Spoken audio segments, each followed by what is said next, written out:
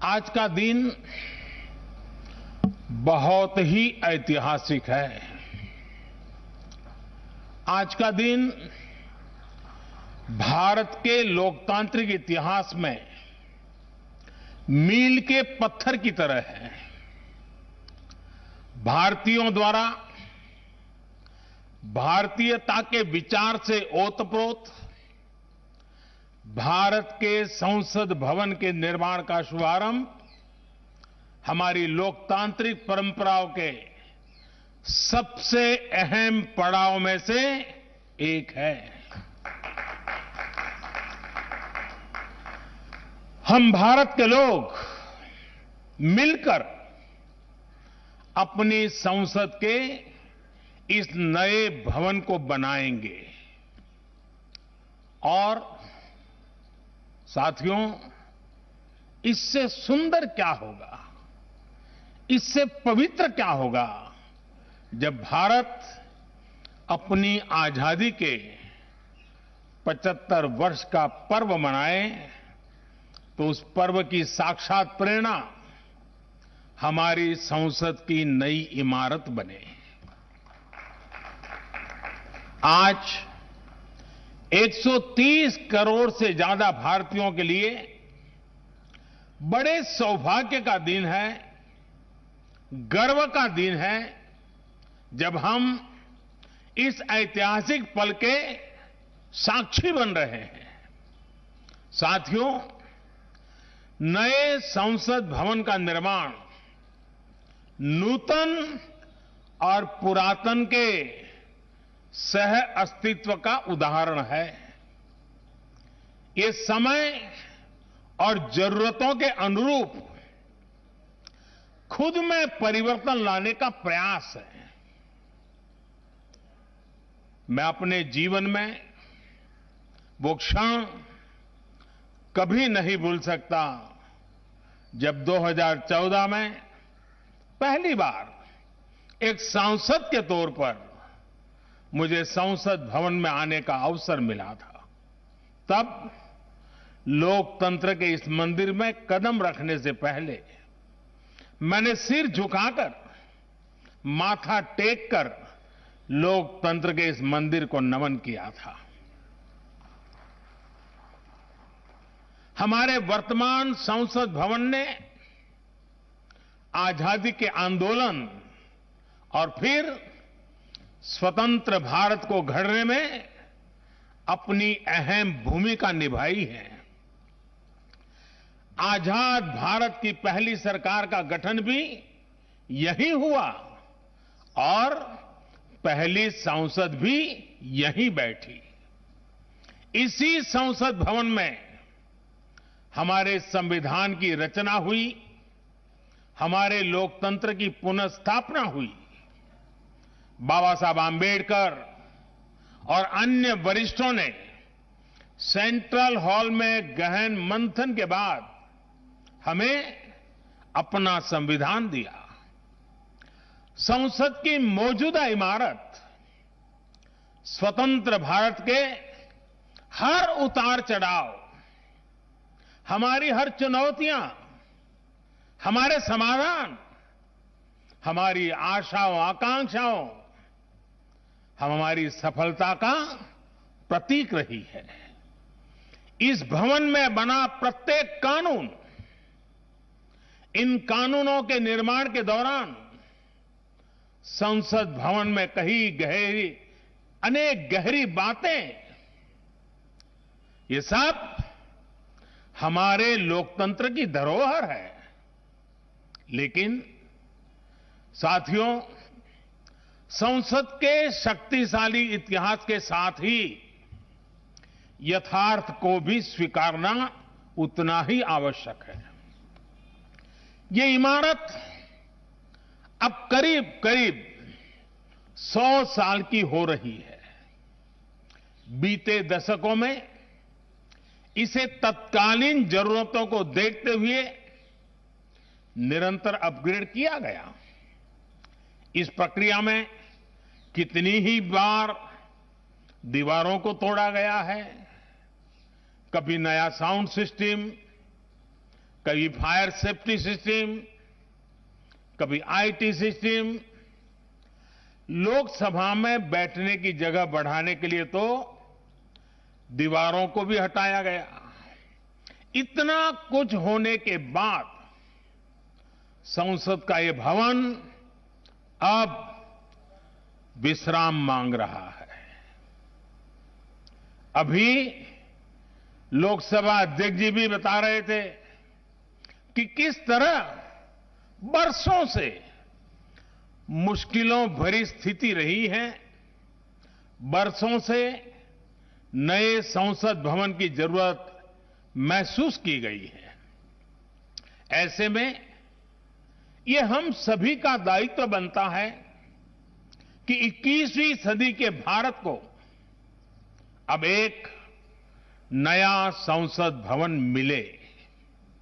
इसी दिशा में आज ये शुभारंभ हो रहा है और इसलिए आज जब हम एक नए संसद भवन का निर्माण कार्य शुरू कर रहे हैं तो वर्तमान संसद परिषद के जीवन में नए वर्ष भी जोड़ रहे हैं।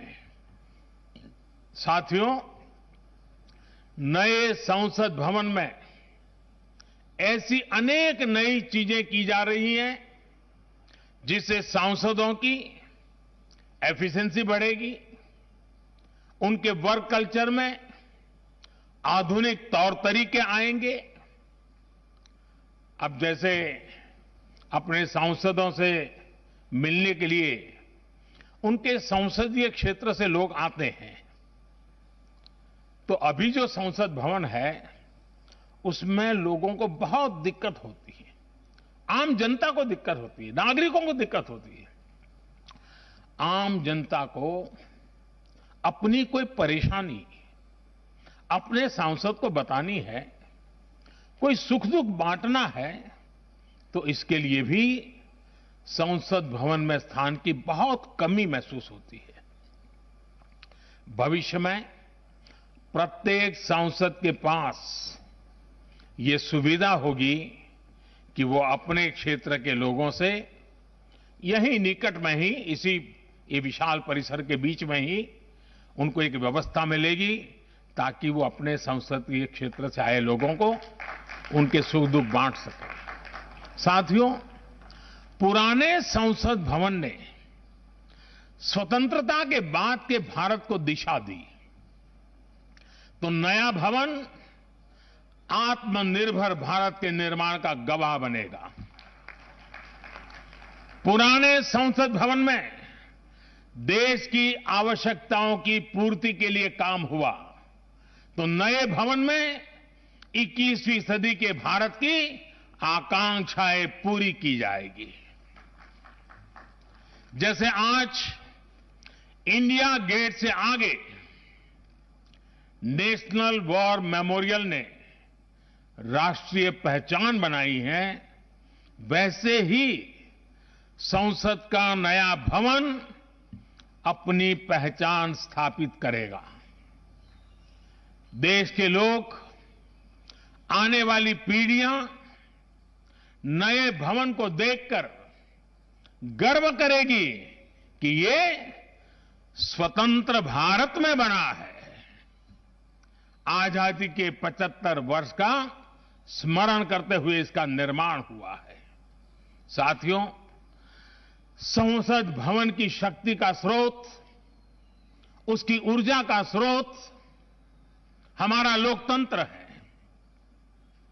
आजादी के समय किस तरह से एक लोकतांत्रिक राष्ट्र के रूप में भारत के अस्तित्व पर संदेह और शंकाएं जताई गई थी, ये इतिहास का हिस्सा है।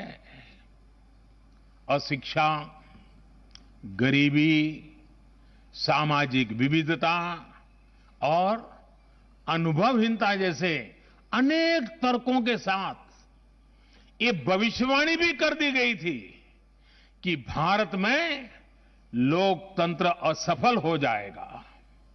आज हम गर्व से कह सकते हैं कि हमारे देश ने उन आशंकाओं को न सिर्फ गलत सिद्ध किया है, बल्कि 21वीं सदी की दुनिया भारत को अहम लोकतांत्रिक ताकत के रूप में आगे बढ़ते हुए देख भी रही है। साथियों, लोकतंत्र भारत में क्यों सफल हुआ, क्यों सफल है और क्यों कभी लोकतंत्र पर आंच नहीं आ सकती, ये बात हमारी हर पीढ़ी को जानना समझना बहुत आवश्यक है। हम देखते सुनते हैं, दुनिया में 13वीं शताब्दी में रचित मैग्ना कार्टा की बहुत चर्चा होती है। कुछ विद्वान इसे लोकतंत्र की बुनियाद भी बताते हैं, लेकिन ये भी बात उतनी ही सही है कि मैग्ना कार्टा से भी पहले 12वीं शताब्दी में 12th सेंचुरी में ही भारत में भगवान बसवेश्वर का अनुभव मंटपम अस्तित्व में आ चुका था। अनुभव मंटपम के रूप में उन्होंने लोक संसद का न सिर्फ निर्माण किया था, बल्कि उसका संचालन भी सुनिश्चित किया था। और भगवान बसवेश्वर जी ने कहा था, ಈ ಅನುಭವ ಮಂಟಪ ಜನಸಭಾ ನಾದಿನ ಮಟ್ಟು ರಾಷ್ಟ್ರದ ಉನ್ನತಿಗೆ ಹಾಗೂ ಅಭಿವೃದ್ಧಿಗೆ ಪುರಗಾವಗಿ ಕೆಲಸ ಮಾಡುತ್ತದೆ। यानी ये अनुभव मंटपम एक ऐसी जनसभा है जो राज्य और राष्ट्र के हित में और उनकी उन्नति के लिए सभी को एकजुट होकर काम करने के लिए प्रेरित करती है। उनके और पहले जाएं तो तमिलनाडु में चेन्नई से 80-85 किलोमीटर दूर उत्तरा मेरूर नाम के गांव में एक बहुत ही ऐतिहासिक साक्ष्य दिखाई देता है। इस गांव में चोल साम्राज्य के दौरान 10वीं शताब्दी में पत्थरों पर तमिल में लिखी गई पंचायत व्यवस्था का वर्णन है, 10th सेंचुरी। और इसमें बताया गया है कि कैसे हर गांव को कुटुंब में कैटेगराइज किया जाता था, जिनको अगर आज की भाषा में कहना है तो हम आज उसको एक वार्ड कह सकते हैं। उन कुटुंबों से एक एक प्रतिनिधि महासभा में भेजा जाता था। और जैसा आज भी होता है, इस गांव में 1000 वर्ष पूर्व जो महासभा लगती थी वो आज भी वहां मौजूद है। और साथियों, 1000 वर्ष पूर्व बनी इस लोकतांत्रिक व्यवस्था में एक और बात बहुत महत्वपूर्ण थी। उस पत्थर पे लिखा हुआ है, उस शिलालेख में वर्णन है इसका, और उसमें कहा गया है कि जनप्रतिनिधि को चुनाव लड़ने के लिए अयोग्य घोषित करने का भी प्रावधान था उस जमाने में। और नियम क्या था? नियम यह था कि जो जनप्रतिनिधि अपनी संपत्ति का ब्यौरा नहीं देगा, वो और उसके करीबी रिश्तेदार चुनाव नहीं लड़ पाएंगे। कितने सालों पहले सोचिए, कितनी बारीकी से उस समय पर हर पहलू को सोचा गया, समझा गया, अपनी लोकतांत्रिक परंपराओं का हिस्सा बनाया गया। साथियों, लोकतंत्र का हमारे इतिहास देश के हर कोने में नजर आता है, कोने कोने में नजर आता है। कुछ शब्दों से तो हम बराबर परिचित हैं, सभा, समिति, गणपति, गणाधिपति, ये शब्दावली हमारे मन मस्तिष्क में सदियों से प्रवाहित है। सदियों पहले शाक्य, मल्ल और बेज्जी जैसे गणतंत्र हो, लिच्छवी, मल्लक, मड़क और कंबोज जैसे गणराज्य हो, या फिर मौर्य काल में कलिंग, सभी ने लोकतंत्र को ही शासन का आधार बनाया था। हजारों साल पहले रचित हमारे वेदों में से ऋग्वेद में लोकतंत्र के विचार को समज्ञान यानी समूह चेतना, कलेक्टिव कॉन्शियसनेस के रूप में देखा गया है। साथियों, आमतौर पर अन्य जगहों पर जब डेमोक्रेसी की चर्चा होती है तो ज्यादातर चुनाव की प्रक्रिया, इलेक्टेड मेंबर्स, उनके गठन की रचना, शासन प्रशासन, लोकतंत्र की परिभाषा इन्हीं चीजों के आसपास रहती है। इस प्रकार की व्यवस्था पर अधिक बल देने को ही ज्यादातर स्थानों पर उसी को डेमोक्रेसी कहते हैं।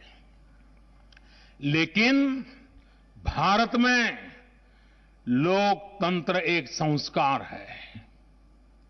भारत के लिए लोकतंत्र जीवन मूल्य है, जीवन पद्धति है, राष्ट्र जीवन की आत्मा है। भारत का लोकतंत्र सदियों के अनुभव से विकसित हुई व्यवस्था है।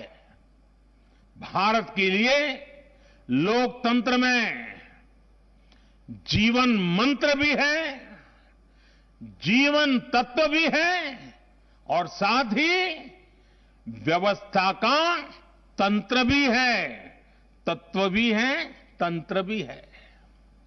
समय समय पर इसमें व्यवस्थाएं बदलती रही, प्रक्रियाएं बदलती रही, लेकिन आत्मा लोकतंत्र ही रही। और विडंबना देखिए, आज भारत का लोकतंत्र हमें पश्चिमी देशों से न समझाया जाता है। जब हम विश्वास के साथ अपने लोकतांत्रिक इतिहास का गौरवगान करेंगे तो वो दिन दूर नहीं जब दुनिया भी कहेगी India is mother of democracy, India is mother of democracy, India is mother of democracy.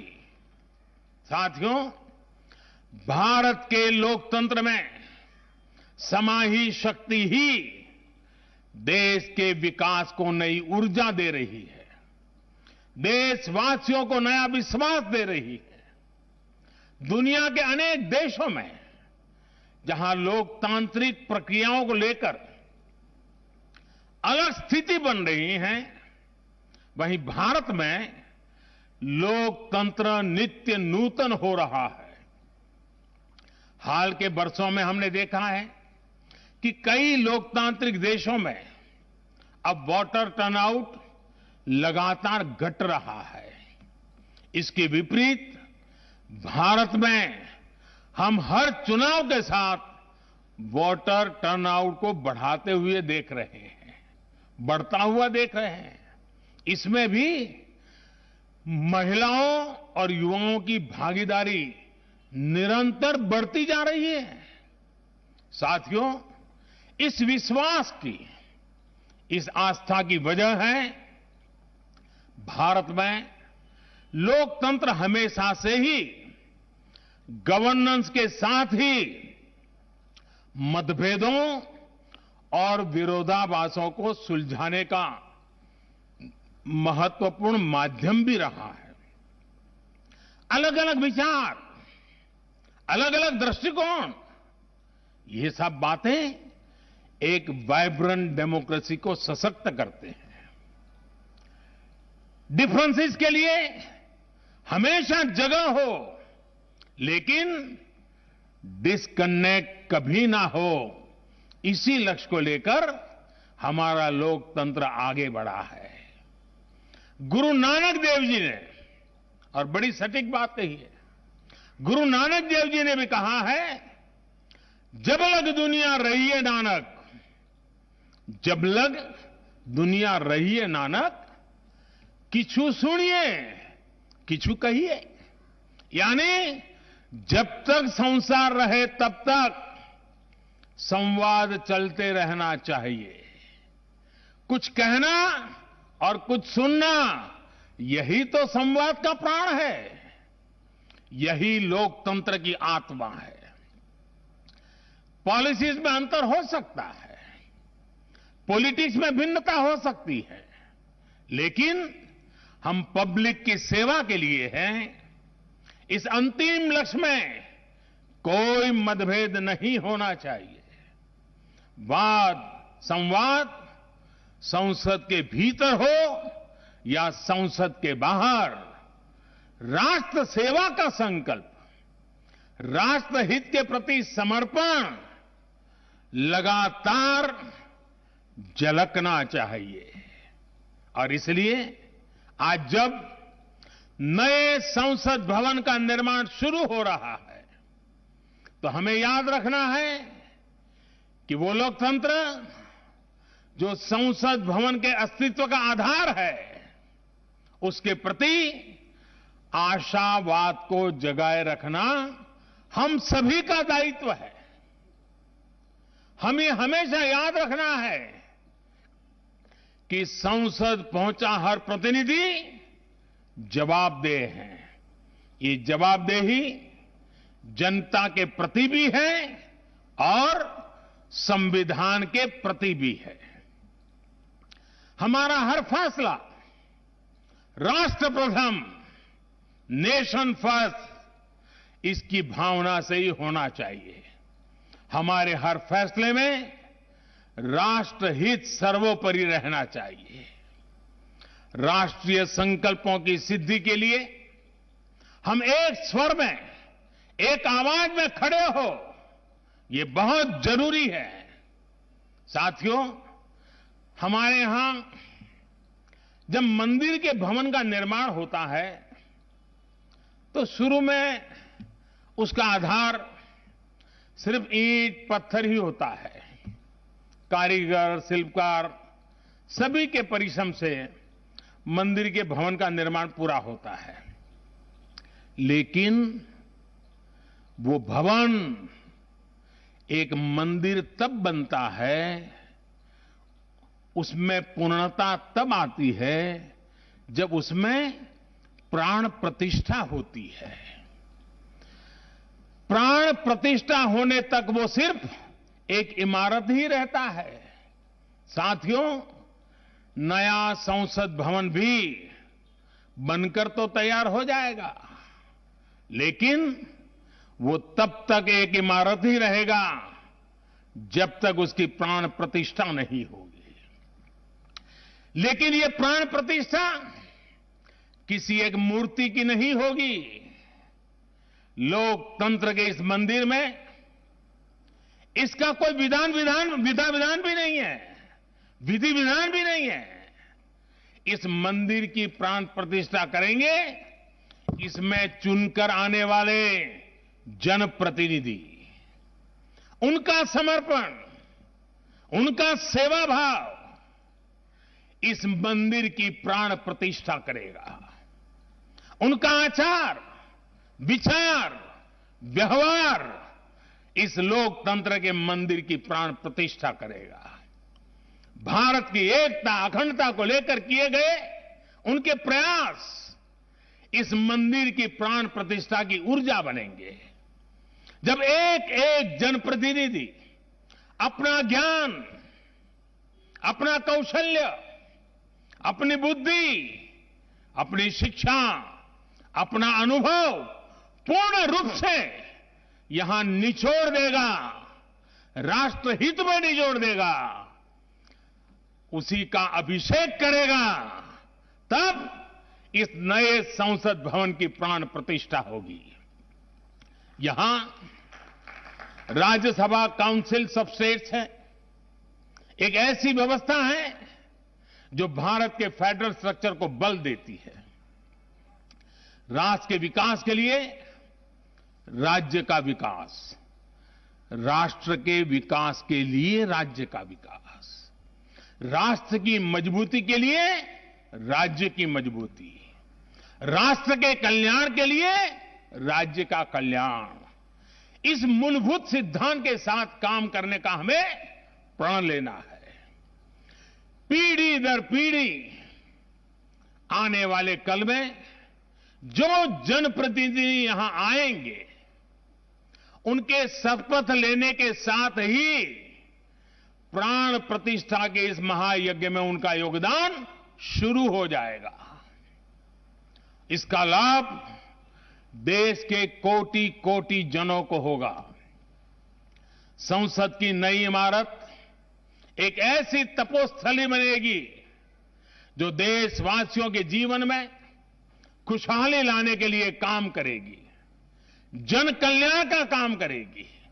साथियों, 21वीं सदी भारत की सदी हो, यह हमारे देश के महापुरुषों और महान नारियों का सपना रहा है। लंबे समय से इसकी चर्चा हम सुनते आ रहे हैं। 21वीं सदी भारत की सदी तब बनेगी जब भारत का एक एक नागरिक अपने भारत को सर्वश्रेष्ठ बनाने के लिए अपना योगदान देगा। बदलते हुए विश्व में भारत के लिए अवसर बढ़ रहे हैं। कभी कभी तो लगता है जैसे अवसर की बाढ़ आ रही है। इस अवसर का हमें किसी भी हालत में, किसी भी सूरत में इन अवसरों को हमें हाथ से निकलने नहीं देना है। पिछली शताब्दी के अनुभवों ने हमें बहुत कुछ सिखाया है। उन अनुभवों से सीखे और उन अनुभवों की सीख हमें बार बार याद दिला रही है कि अब समय नहीं गंवाना है, समय को साधना है।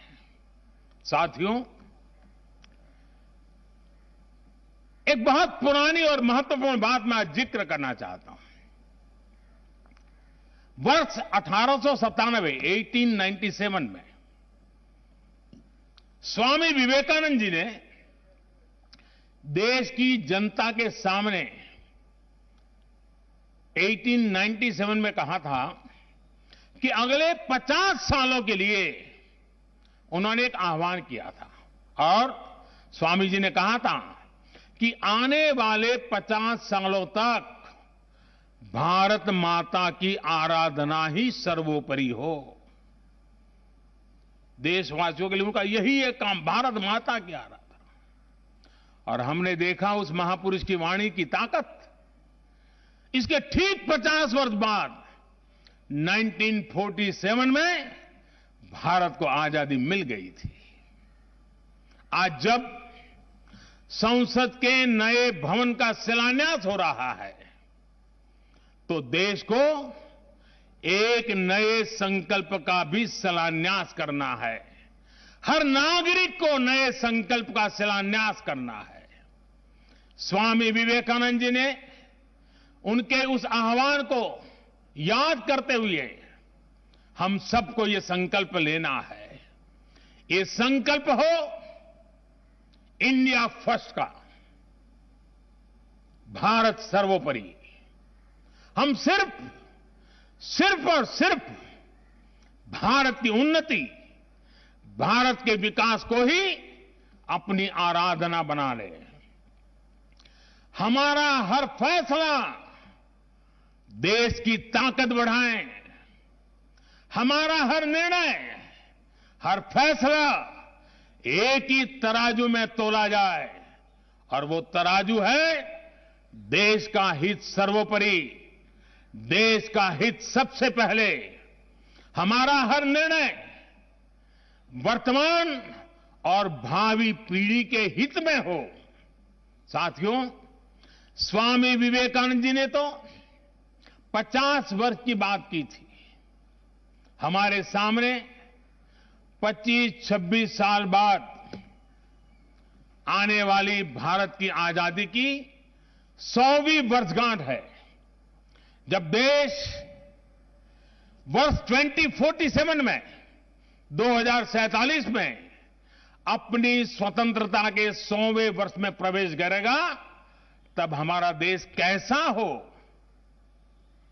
हमें देश को कहां तक ले जाना है, इस 25-26 वर्ष कैसे हमें खप जाना है, इसके लिए हमें आज संकल्प लेकर काम शुरू करना है। जब हम आज संकल्प लेकर देश हित को सर्वोपरि रखते हुए काम करेंगे तो देश का वर्तमान ही नहीं बल्कि देश का भविष्य भी बेहतर बनाएंगे। आत्मनिर्भर भारत का निर्माण, समृद्ध भारत का निर्माण अब रुकने वाला नहीं है, कोई रोक भी नहीं सकता। साथियों, हम भारत के लोग ये प्रण करें, हमारे लिए देश हित से बड़ा और कोई हित कभी नहीं होगा। हम भारत के लोग ये प्रण करें, हमारे लिए देश की चिंता अपनी खुद की चिंता से बढ़कर होगी। हम भारत के लोग ये प्रण करें, हमारे लिए देश की एकता अखंडता से बढ़कर कुछ नहीं होगा। हम भारत के लोग ये प्रण करें, हमारे लिए देश के संविधान की मान मर्यादा और उसकी अपेक्षाओं की पूर्ति जीवन का सबसे बड़ा ध्येय होगी। हमें गुरुदेव रविन्द्रनाथ टैगोर की ये भावना हमेशा याद रखनी है।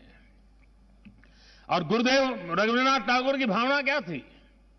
गुरुदेव कहते थे, एकोता उत्साहो धरो, एकोता उत्साहो धरो, জাতীয় উন্নতি করো,